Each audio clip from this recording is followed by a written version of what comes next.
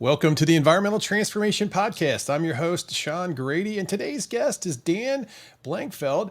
He is the VP of Safety for the CBG Building Company. He oversees the entire national safety program and develops policies, countermeasures for risk, and mentors a growing team of 17 safety professionals. Dan, welcome to the show.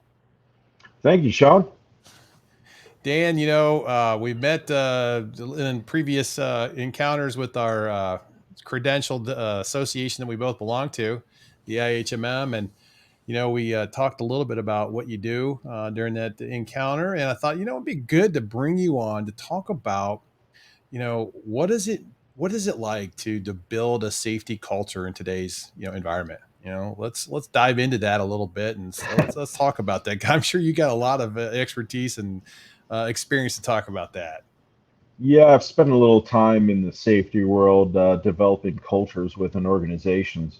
I'll tell you right now, it's actually the easiest time to build culture, which is unbelievable. Really, COVID has really changed the environment that we work in. Um, Prior to COVID, it was with some companies, it was like pulling teeth, explaining what a environmental safety and health professional actually does. But now that the EH&S teams have stepped up across the board, whether it's construction, general industry, um, schools, wherever, um, it's really shown that, hey, we can take the bull by the horns when an emergency chaotic event occurs and manage risk. And that's really what safety does, is manage risk. Yeah, I mean, you guys have been thrown into the forefront of most businesses through this COVID and environment in the pandemic in the past year and a half. I mean, I can't imagine what it's like to be in that role, dealing with all those implications on a daily basis. Um, And before we dive into some of that, because I mean, there's a lot to unpack there. But before we do, let's just really give the listeners a real brief background of how did you get involved with safety, and how did you end up becoming the VP of safety at CBG Building Company? Yeah. So I basically started in the fire rescue service in 1988. Worked my way up to deputy fire chief for several large departments in the Montgomery County Fire Rescue Service in Montgomery County, Maryland, right outside of Washington, D.C. Um, Through that, I was looking for something that I could utilize those skill sets and also develop a career. Found construction safety, and in 1993, I started working for a small minority contractor called SMS Construction, which unfortunately has been out of business for many, many years. Um, Started to develop my chops in safety, started to learn more about OSHA, Department of Labor, all the different regulatory agencies, whether it's EPA or any of the other code enforcement Mm-hmm. groups. Mm-hmm. Started to learn the standards and started working for larger and larger companies. Uh, Developed the ability to really develop cultures within organizations, lower EMR rates, increase profitability, decrease risk, and kind of became a commodity within the construction community. That's awesome. So you kind of worked your way up and landed yourself over at CBG, Yep. and took on a role. Now, when you went there, did you take on the role as the VP, or did you kind of work your way up a little bit there too? I came as a senior executive team member as the national director of safety. It was actually during the COVID response that they promoted me to the vice president position, which they actually previously didn't have within our organization. So, Mm. it kind of showed what we do as an organization, my capabilities and capacities, and I was rewarded with a promotion. Yeah, no, that's great. I mean, so let's dive back into this pandemic response conversation. I gotta imagine,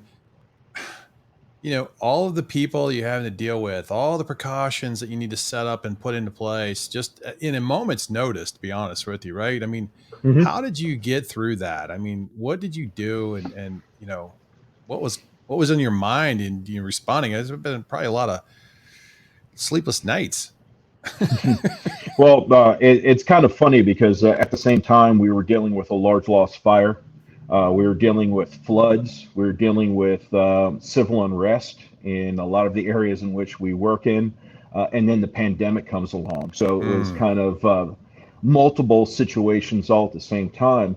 I will tell you that my background in the fire rescue service as a command officer, as a command level instructor, NIMS instructor, really paid off.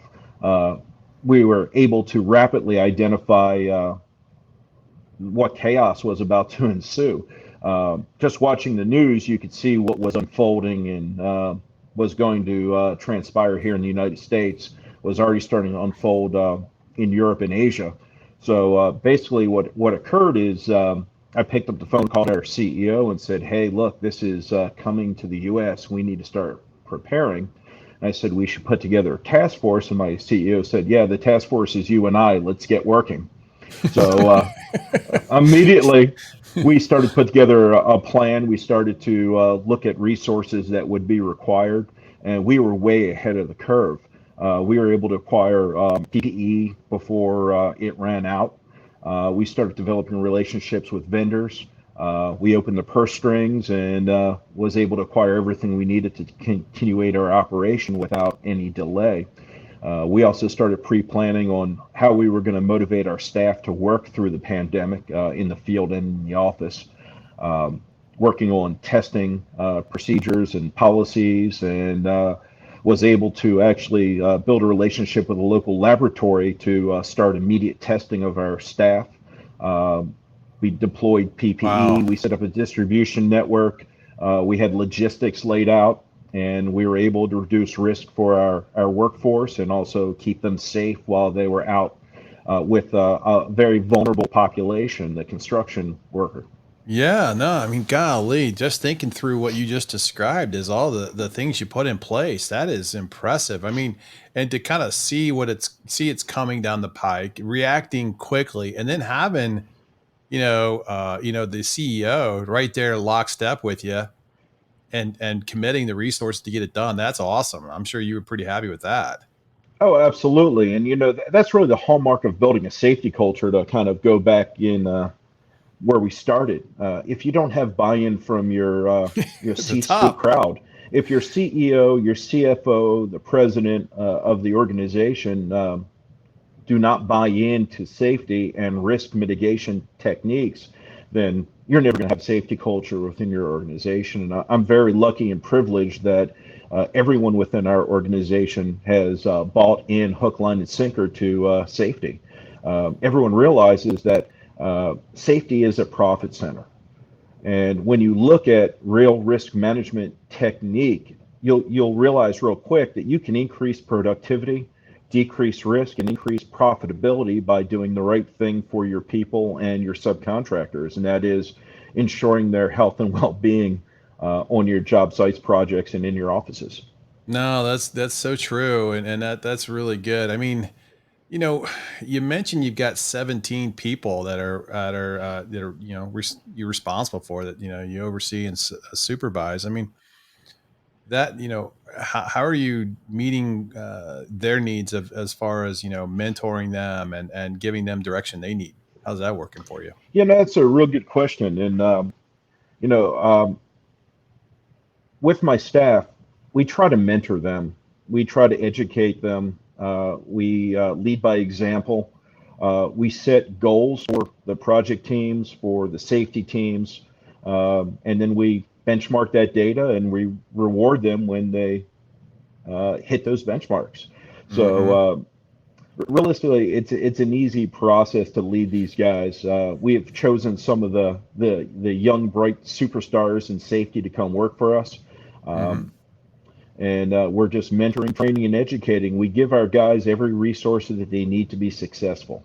And that's one of the great things about my company is they actually provide me with every bit of resource, monetarily, training wise. If we need to expend money, we expend money, and we do it with purpose. We don't spend money just to spend it. We spend it on Yeah. purposeful items that will benefit the employee as well as the company as a whole. And part of that is training and education. We provide all of our staff the access to every training program out there. So we encourage them to complete National Safety Council programs. A lot of our guys come to us from schools that specialize in safety degree programs. So they have a Mm-hmm. good solid background in IH or safety management. And then we send them through classes, we get them trained, and then we send them to the instructor level training class. We send all our guys to the OSHA 510 and 500 programs, and all of our staff are qualified instructors, basically in every safety area from fall protection through rigging and signaling. Wow. So, I mean, that's pretty great to know that you're going to work for a company that invests in the employees for their training and to really help them. I mean, so one of my questions was going to be like, well, what are some of the steps that you took as a professional to level up in your career to really kind of rise to the level you're at, because the training's important, but what else maybe is there that we're not talking about? Yeah, no, that's an excellent question. And really, it's through commitment to the industry, uh, commitment to safety, to education. My education has never stopped. So in '93, when I started in safety, I just started taking classes. I started to do research. I started to pull out standards and read them, take notes, talk to other industry experts. And at the time, there actually weren't very many. It was an emerging field. I came into safety when, the safety guy was the guy that had, one missing finger because he just cut it off last week. And now, hey, you can't do the work anymore. So now you're the safety guy. So it was a lot of trial and error. But joining organizations, joining the National Safety Council, joining local organizations in the DC metropolitan area, we don't have a shortage of safety organizations. So joining those, the Associated Builders and Contractors, um, and then of What about course just credentials? engaging. What about credentials that you've kind of, maybe, I see a bunch of them on your name here. Let's talk about that a little bit. Oh, how's that helped you? Yeah, the credentials to me originally were personal goals. Um, I wanted to get the credentials just to show kind of my bona fide, show that I have the educational background, that I have the training and the competencies. Um, I think in an industry, when you start developing it as a true profession, you have to have some form of credential to prove competency. I mean, if you talk about the accounting world, in the CFO world, they have credentials. You talk about medical professionals, they all have credentials in the industrial hygiene world. So it's just natural that as we grow the profession, that their credentials are needed, just to show that professional competency. Um, Mm-hmm. Actually, within my organization, we require all of our staff to obtain a minimum of the CSNP from the IHMM, because it's a management credential. And what I'm looking for really is people that can manage more than practitioners. I Mm-hmm. think that's the other thing that really sets us apart as an organization is we don't go out there and yell at people and say, hey, you're doing it wrong. What we do is we go out and we manage the process from start to finish. We look at that risk associated with those practices and put controls in place. We teach, we educate, we mentor. And that's why the CSMP was actually a good fit for us. We That's also pretty. push the Board of Certified Safety Professionals as co-certificates showing the ability to actually practice in the industry as a practitioner. So we push Gotcha. those with our people as well. That's awesome. And, because I think that really, like you mentioned, helps kind of add a level of credibility to individuals that are in the workforce. They're well knowledgeable about the various requirements, regulations, practices, and then just people like when they speak or are involved in projects, they definitely bring some level of confidence with them because they've been through a lot and they're aware of a lot of what the requirements are. So it's really great. Yeah, Um, and the second part of that, though, is to show commitment into the industry. And it also shows a True. continuation of education because of the continuing education credits that you're required. So it really pushes you to maintain your chops within the industry and do research, to go to seminars, courses, and participate in the industry. Uh, That's a So great I'm point. That is a great point about, that commitment and that continuing education piece, because a lot of people don't realize, yeah, we have to document that we've had, 20 hours of continuing ed every year, and that's a lot of extra time and effort you need to spend to, maintain your awareness of, safety issues, or, I'm a CHMM, so, hazardous material or regulatory topics. So yeah, I mean, those are things that we have to, continually to learn and educate ourselves to stay up on top of the new topics of the year, so to speak, in a sense, really. exactly. Well, what type of challenges have you faced managing staff and implementing safety programs at your company? I'd be interested to hear some of those Yeah. stories. So, when I came here 5 years ago, we had a decent program, but we still had elevated risk and we still had losses. And, the losses were still below kind of the industry average. When you look at the OSHA stats and the recordable incident rate, lost time rates, we're below the national average for our industry, but we knew we could do better. So Hmm. we took the opportunity to kind of reboot the program. And for us, the challenge was how do we get to zero lost time cases? Because that's really our benchmark and our ultimate goal. We don't want people to be seriously injured. We don't want people to be away Yeah. from work. You're always going to have the occasional recordable case, and you're always going to have the first aid case. I mean, at the end of the day, I think it's completely unrealistic to say we can get to zero across the board. The only time Hmm. that's going to happen is when we automate every process and take people out of the equation. It's I true. mean, let's be honest. I mean, Yeah, so that's true. You're right. the real Absolutely goal right. is, yeah. I mean, for me, I'm a safety realist. It's let's be realistic about the process. Let's be realistic about what we're benchmarking, and let's control the risk that we can control. And realistically, we can control lost time cases, and that's by looking at the work practices, creating countermeasures for the risks associated with those practices, and then auditing the process to ensure compliance.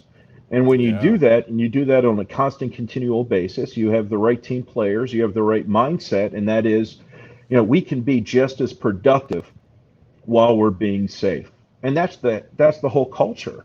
For me, I look at three items, and that's safety, quality, and production. And there has to be an equilibrium between those three components. I mean, I could put everyone in bubble wrap, duct tape their hands in front of them so they don't touch anything, and we're going to have no injuries whatsoever. But we're also not going to have any production. No. So for me, it's how do we balance that? How do we have safe quality production? And that's by putting the proper countermeasures in place for those risks and working with our subcontractors to perform the tasks properly to begin with. When we educate them and we train them properly, we reduce risk. And that's been the Yeah. hallmark of our program. And in fact, my company worked 7.6 million man hours last year across the country. We had one lost time Wow. case. Wow. That's So, impressive. That's impressive. I mean, and, That's and it's the facts are in the numbers. Year over year, we've seen decreases in risk and we've seen decreases in loss because of the program our team has put in place, which is, quality, safe production. Well, what type of tips have you deployed to establish a safety culture that's transformed the business a bit since you've been there in the past 5 years? Yeah, I mean, overall, it's training and education, and Okay. that's the hallmark of our program. I would probably guarantee that we are probably one of the only general contractors of our size across the country that offers free training to every one of our subcontractors. And we do that during what we call a safe start process. So before mobilization of any of our trades, we meet with the management, in some case the principal of the company. We meet with their safety team, we meet with their field manager, and we go through not only our policies, processes, and procedures, but we also talk about training and education. And we say, hey, look, you've already received the bid, you've already been awarded the project, you have a notice to proceed. So let's find out where you are in reality with training. Are all your people trained in fall protection, ladders, personal protective equipment, silica exposure? We go down the entire list. And whatever the hazard that they may be exposed to or the skill set that they need to clearly be trained in, if they are not, we say, Well, that's great. Thank you for identifying that deficit. And then my staff provide immediate training. We set up the appropriate time at the location that works best for us in that sub, and we provide absolute training, whether it's OSHA 10, OSHA 30, silica, fall protection, scaffolding, whatever it is, we provide it. That's A lot of awesome. GCs are scared of doing that because they assume that there's going to be enhanced risk associated with providing that training. Well, we're not providing anything other than the training on the basic standard as we would as an OSHA 10, 30 instructor or certified instructor for any of those areas of expertise. Um, Hmm. and we're not writing their policy. We're just telling them what the best practice is. Um, and by doing that, what we've seen increased buy-in to safety. We've Wow. So seen you're development of culture. yeah. So you're one of the things it sounds like you've established is you're really doing that upfront engagement with your subcontractors to Yep. kind of like set the stage for the safety expectations on the project and their employees, and We're helping them provide the actual training they need to do the job safely when they Well, come the on way we site. look at it is we're being a steward not only to the sub, but also to industry. When they leave our job site in 6, 8 weeks, 6 months, they go to the next general contractor. They're going to be You're safer. helping that guy out. Yeah. Absolutely. And when they come back Yeah. to me, they're going to already be trained in those areas. So for us, it's helping them develop the skill set, but it's also allowing them to understand the reason why we have the specific policies, procedures, and processes in place. If they That's pretty understand smart. them, yeah, if they understand the policy, procedure, and process, they're going to understand why those controls are in place and they're not going to balk at that system. The other side effect of this is that my safety team who's teaching are also the same guys that are on that specific job site. So when they see that trainer, that safety professional, they've already spent time with the guy. It may have been 2 hours, 4 hours. It may have been a week worth of training in some cases. But Hmm. they get to know these guys on a personal level. Now they're willing to walk up to whoever that is and say, hey, I have a question. It's no longer adversarial. We now actually have a teacher student relationship. And they kind of look up to my guys. I have guys that get phone calls from subs and workers who are working on other GC's projects, and they're calling and asking questions to us. They're saying, hey, I don't understand. Why do I have to do this? Or what is the policy? What is the OSHA requirement? And they're calling us instead of talking to that GC on the job site, which is amazing. Well, you guys established yourself as an expert, not, and that's awesome. I mean, that's a really great business approach. I've not heard people do it like that. I mean, not that we companies that I work with, I mean, they have their company expectations on safety and they drill that down to us, and we have to drill it down to our subcontractors, and we do the Right? same thing, right? It's to drill down and pass through. But the way you've handled that approach of let's see who's coming on site and doing that training yourself. I mean, that's pretty great. I think that's a win-win. And man, kudos to you guys on that. I think you're seeing a lot of dividends come out of that. I mean, you know, Absolutely, it's an investment, and that's the whole idea. I'd rather spend the money upfront in training and educating our workforce and our subcontractors and dealing with the problems or the issues before they become problems. Um, I'd you rather do probably have a that lot than of spend the money contract on the claims. Yeah, and you probably have a lot of contractors that they like working for you guys too because of this type of an approach that they know what to expect. They know it's a safe environment to work for, and they all want to go home safe to their families too when they're done doing the work. And so they Yep. know that working for you guys, that 9 times out of 10 that's happening, or Yeah, maybe and more there's really. also the business. Yeah, absolutely, and there's also the business side of safety as well. I mean, we all know that the overarching goal is reduce risk and injury to the workforce. We don't want anyone to go home injured. We want everyone to go home sometimes in better shape than they arrived that morning on that job site or in that office. Uh, but in the end, there's a true business component to this as well. And when you're safer, when the worker feels secure in their work environment, they're going to be more productive. Yeah, You're going to get yeah. better quality out of these guys. And I use fall protection as a great example. You have a guy who's walking next to an edge of a building and he's afraid to fall. He's not in fall protection. He has completely violated the standard. He's got a 6 foot or greater fall. He's going to be slow in all of his work process. Why? Because he feels unsecure. He feels unsafe. So the quality is going to be down. The length of time to perform those tasks are going to increase, and you're actually not going to meet schedule.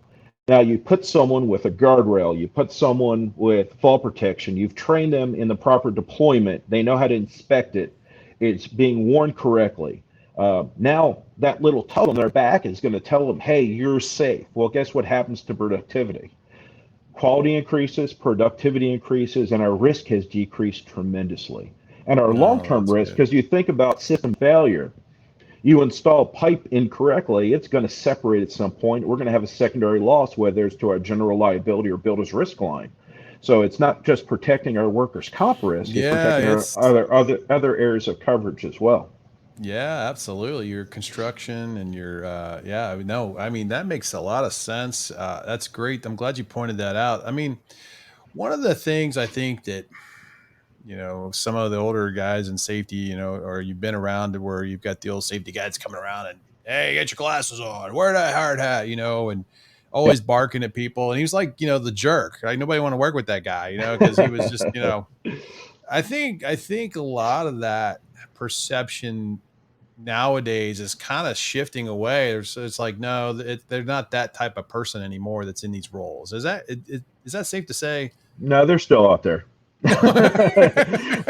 I run across it constantly with subcontractors and even some other general contractors that we have friendly discussions and debates with. They're still Hmm. alive and well. The dinosaur still exists. Um, Okay. All right. for us, and that's the mentality that we're struggling to change out there. It's how do we be proactive? How do we work with people? I'm fond of saying if you're out there saying, "Hey, put your safety glasses on and hard hat," you've missed the whole point of what we're doing. And Right. there is no culture in your organization or with your lower tier subcontractors. Because really, at the end of the day, what should we be looking at is work tasks, not PPE. PPE Right. should be a standard across the board at this point. I mean, Right. it's 2021. Everyone knows you've got to wear safety glasses and hard hats, and in most cases, some sort of retro-reflective apparel or safety boots, gloves. Those things Well, are standard. I think the pandemic's also highlighted to a whole nother level. Absolutely. I mean, the common person is now talking about PPE. They never knew what the term meant before, right? Yeah. Well, now people know what nitrile and butyl are. I mean, it's to the point where they actually know the N95 product mask. lines. Yeah, Yeah, KN95, N95, APR. right. Hey, people Exactly. understand the lingo. I What we know. find is really for us is we're looking at what's the next best thing out there for PPE. I mean, we've gone from should we be wearing hard hats is the discussion. Should we be moving to construction helmets, which provide real level of protection, protecting your cranial vault from high speed collision. Damage. Yeah, Yeah, that I probably look at it makes like sense.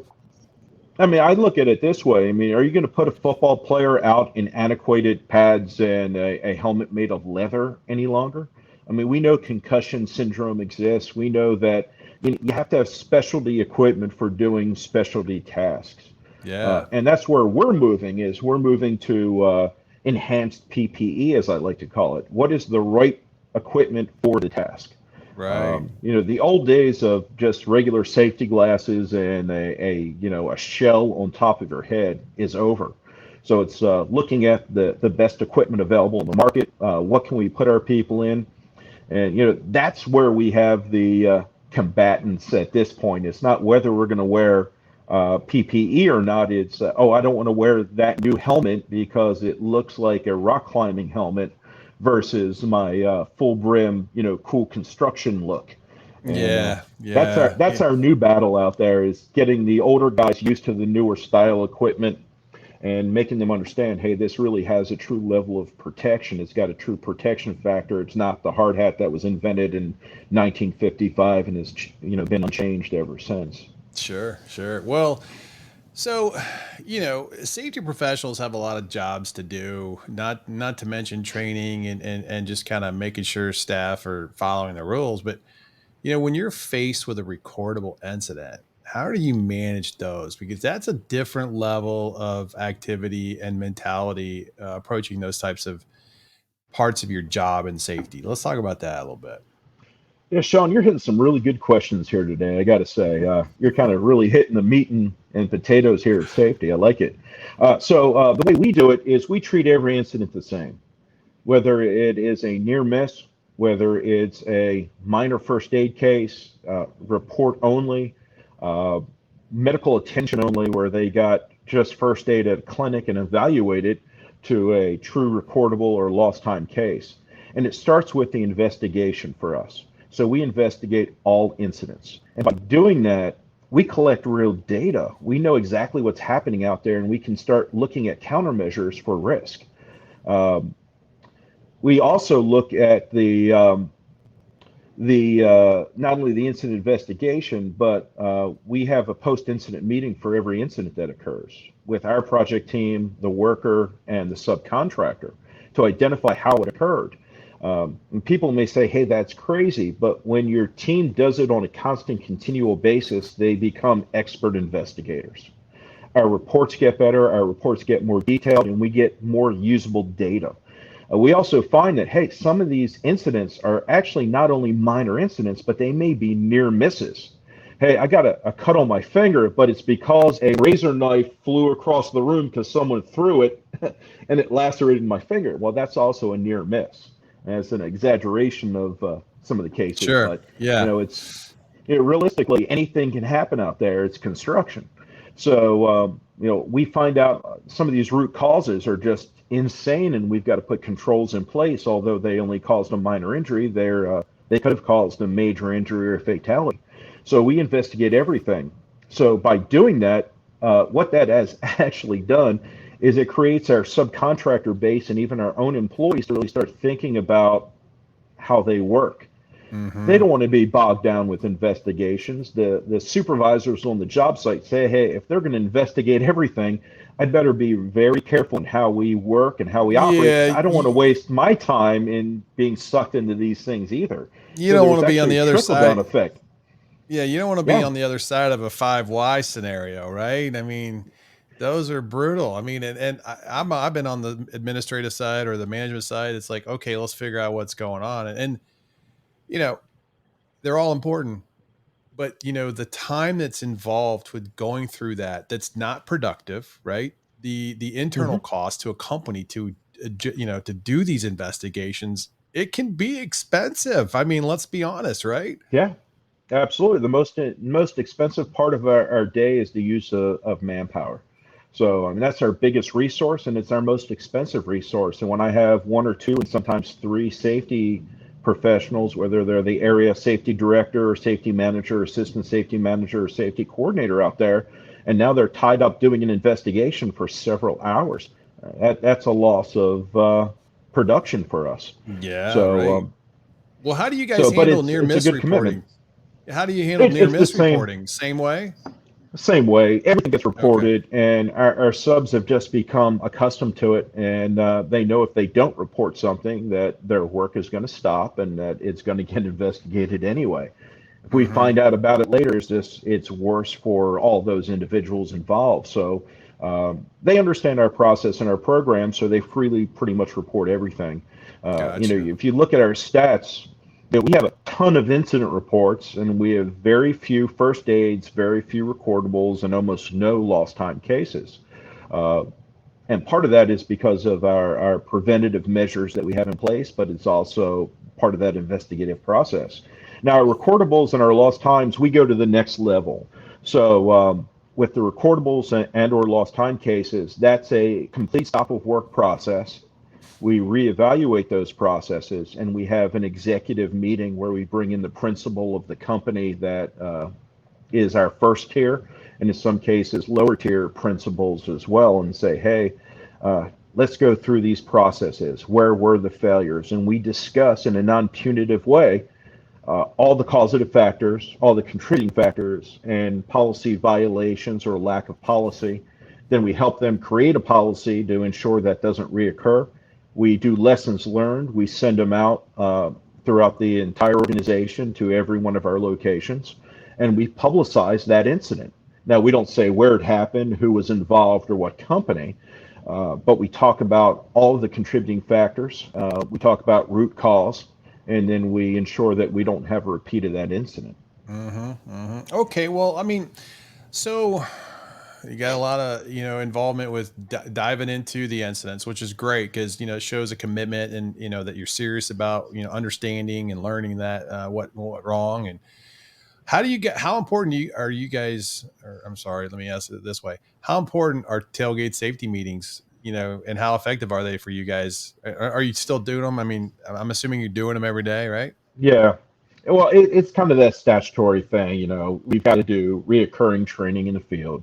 Toolbox talks or tailgate talks are kind of the hallmark of that system. Um, I personally hate the tailgate or toolbox talk. It's completely ineffective the way it's done by the majority of industry. Mm-hmm. The problem is people purchase or download those cartoonish, uh, really short, abbreviated Safety learns. lectures. Yeah, Yeah. I mean, at the end of the day, you have someone sitting there reading, "Thou shall ensure you drink 1 ounce of water." It's like no one listens. Everyone's on their phone. They sign the document because they have to. They pass it around, and 5 minutes later, no one in that tailgate talk remembers what you talked about. Mm-hmm. Now, the way we push it is a little different. We tell our subs, "Hey, abandon those books. Pull out one of your policies and procedures. Talk about one of the operations you're doing. If you're doing an overhead drilling operation and drilling in the concrete, talk about the process. Talk about your procedure. And if you don't have a procedure, here's our procedure. Use that and talk to your guys."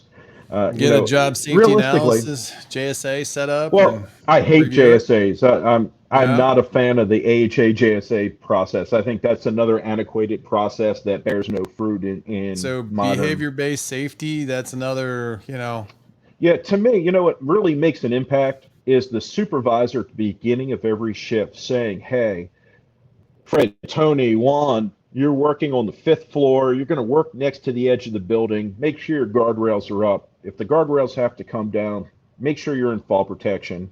It's got to be tight. The D-ring's got to be in the center of your back. Make sure you're anchored to something that'll support 5,000 pounds of force. And make sure you've checked off your harness for the day. Make sure you really inspect it." What that does is it tells the worker, "Hey, this is what I'm doing. These are the hazards, and this is what I need to do. This is also what my supervisor, the guy that signs off on my paycheck every week, wants me to do." And when they feel that the supervisor has buy-in, there's a complete trickle-down effect. When you have a that's competent good. supervisor who cares and talks to the workers directly about expectation, whether it's production, safety, or quality, it makes a difference because at the end of the day, the worker always wants to make the supervisor happy. Why? Because it keeps them working.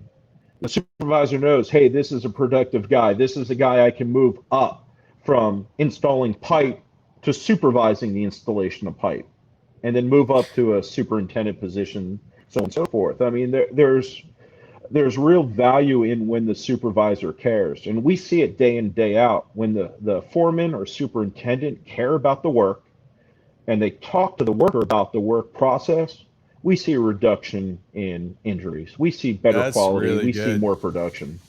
That's really good. I like that. I I like mean, that. realistically, we look at the AHA and JHA process.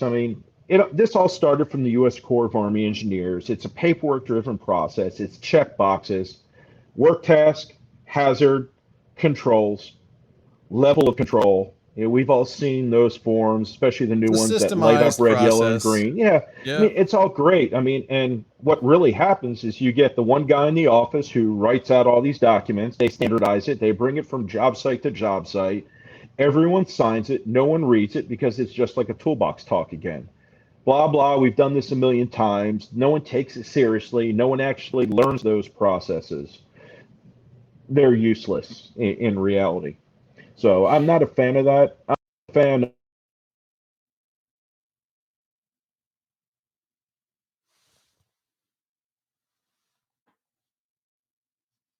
Can't hear you. I think your headphones went out.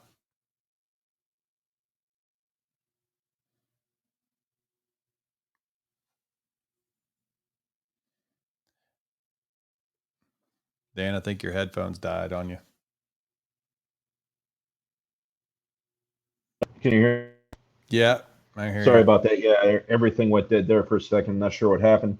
So, Yeah. like again, it's about buy-in from the supervisor, direct discussion, and that one-on-one repertoire with the worker itself. When you communicate with the worker and you communicate your desires and how important it is to you, the worker is almost always going to comply. Yeah, no, that's good. So one thing that I've been interested to know, and I've seen a lot of trends in the industry right now, but talk about what type of technology do you deploy with your safety professionals? Are you using any technology that's helping you, track this information, helping you run the analytics on things? What do you guys do in that space? Or is it old school? I got it on, spreadsheets and I'm managing it that way. Talk a little bit about that. Sure, we use a combination of resources and tools. I mean, the reality is you've got to benchmark data, you've got to crunch data, you've got to have good data coming into the system. Hmm. So we primarily use Procore, which is our construction management system. It does finances, accounting, safety, everything gets fed into that data uh, monster. And Hmm. we're able to do daily reports on it. All of our correspondence to our subcontractors goes through the system. It's a great system overall. Now, for the pure data benchmarking, it's really Google Sheets and Excel spreadsheets for us. Hmm. There are a ton of software packages out there, but we already invest so highly in software packages in construction. Realistically, it's impossible to continuate and purchase software package after software package after software package. The pricing models on these systems are a little bit out of control in industry. So we use some of the low high tech. So a lot of data sheets, spreadsheets, but it works for us. Hey, I man, mean, that's all right. we're able to count for everything. We're able to pull it up at a moment's notice, and we're able to track and trend very easily with utilizing kind of the low tech Google, Docs and Excel spreadsheets. Sure. Well, what are some of the challenges that you see and that in the horizon for you guys as a building trade or as an industry around safety that you're kind of planning for, concerned about? Talk about that. Yeah, so pandemic response is kind of up there right now. We're looking at not only what is out there currently and what is now endemic, and of course now we consider COVID endemic virus. But what else is coming down the road? Variants of COVID, other diseases. Not to get political, but we're dealing with influx of foreign nationals across borders who are going to have jobs within the U.S. And what is their vaccination status? Are we going to see a rise of tuberculosis? Are we going to see a rise of endemic viruses and bacteria that endemic in other locations that are now going to reemerge within the United States? We have a very vulnerable workforce who are exposed to in tight locations and operating quarters with other workers. So it's Yeah. only a matter of time until we have, other outbreaks, whether it's cholera, hepatitis, tuberculosis. Those are things we really need to be concerned about. Um, you know, uh, we look at storms, we look at weather events. We're Climate looking change at seems to be having an effect on the the construction industry recently, haven't it? well, it's not only that, but it's also aging infrastructure. I mean, in Right. DC, we had a massive storm that rolled through, and the infrastructure couldn't hold back the water. So Sure. we had massive flooding on multiple job sites where we had people trapped in construction vehicles and on top of cars in front of our job site, where we Mm. had a system make rescues of people from those vehicles before they washed away down kind of the streets that became rivers. Mm. We're looking at unrest in a lot of the jurisdictions and areas that we work in. We work in a lot of inner cities. So we look at, last summer with riots and protests, they had massive impact on our projects. Mm, Um, we're looking at eco-terrorism. We build in a lot of wood, so that's always an issue. Are we going to have someone come down and attempt to burn down and commit arson on our projects? Um, well, there's a it's all lot to kinds think of stuff about. that's out there. Yeah, Absolutely. I mean, geez, it's like you got to keep your head on a swivel for all the opportunities that are maybe coming down the pipe that you need to address. I mean, just And I've COVID done in several itself with, lectures on co-op and continuity of operation planning and pre-planning for emergent events and the chaos that might ensue in the workplace. There's anything you can imagine that's happening out in society. The job sites are a microcosm of that. So we see increased assaults on projects. You see armed robberies on and outside of the projects, mm, vandalism, you name it. We're seeing it out there, and not specifically with our company, but I think across the board, we're seeing increased acts of destruction, vandalism, uh, assaults in and around a lot of these projects. So, to me, it's you got to monitor the news. Whatever is happening locally, you need to start preparing for. You see things hmm happening internationally. Well, it's a sign that it's coming to our doorstep at some point. Yeah, I mean, So, like, how has it been to manage a workforce with a lot of the COVID requirements for testing and or basically vaccination? I mean, has that caused a lot of workforce strain for you guys? for us, no, because we've done a reasonable job in getting the information out to our people, getting it out in advance. We have a very highly educated workforce. Most of our staff come out of college with engineering degrees. They're good with numbers. They figure the risk real quick, and in most cases, it was, hey, let's go get vaccinated. We really didn't have to put that message out there. Our workforce really tackled that on their own. We're at about a 95% vaccination rate within our own That's organization. that's great. So and that was with very little prodding. Of course, we said, hey, it's recommended. It's a best practice. It's going to keep you safe, your family safe, and people, just gravitated to it naturally. Same thing with PPE use. We put it out there, and when our policy started to lessen depending on jurisdictional requirements, we still have a high demand for the use of Yeah, wipes, Purell, whether it's the personal ones on your desk or the ones in the office space or on the job sites, cleaning agents, and mass demand is still up there. We're still providing a kind of logoed PPE out to our staff and disposable stuff, and it's still flying off the shelves and it's still being used on a continual basis. that's So, good. really, it's educating your workforce, telling them what the expectations are. We're not big into the whole mandate thing. We're waiting to see what direction Department of Labor and OSHA goes as far as that executive order that's been issued by the Biden administration, but there is no binding order nationally. So Right. currently, we're going with jurisdiction to jurisdiction. If the jurisdiction requires masks in the workplace, we're requiring it. If it doesn't, then it's optional for those that are vaccinated. And for us, anyone who is unvaccinated, we ask that they continue to practice social distancing as best they can and to wear proper face coverings. That's great. That's great. Well, I mean, we've learned a lot today about the challenges of safety in the workplace today. I mean, and just knowing we've got companies like CBG that's out there helping educate their workforce, their subcontractors, the education that they get out, and they provide is so it's paramount, and it's great to see the culture you guys have developed there. Kind of like you said, it's top down. I think it's really important. And this has been a good conversation. Well, what's up on the dock for you guys in the future here? What's you guys expanding? You guys growing? What how many more safety professionals do you need? Well, we're still looking for people. It's harder and harder to find qualified, good people, just like in every industry. We currently have 20 full-time safety and risk management staff.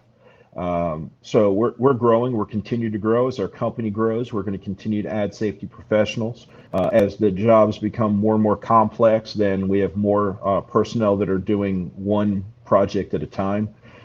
We've got a really great group, and we're continuing to expand and grow. And we're going to continue to be a steward for industry and continue to push the message that, hey, you can get to zero lost time cases and you can reduce your risk, increase your profitability, decrease your risk. That's great. That's great. Well, Dan, hey, thanks for coming on the show today. I think there's Absolutely. a lot of safety professionals and just people in the industry that will want to hear this message. And I think it resonates well, and it overlaps with a lot of people's duties in this environmental space, construction space, you name it. So thanks a lot for coming on the show, and we'll be in touch. Appreciate it. Absolutely. Thanks again, Sean. Appreciate it. Have Yeah. a great day.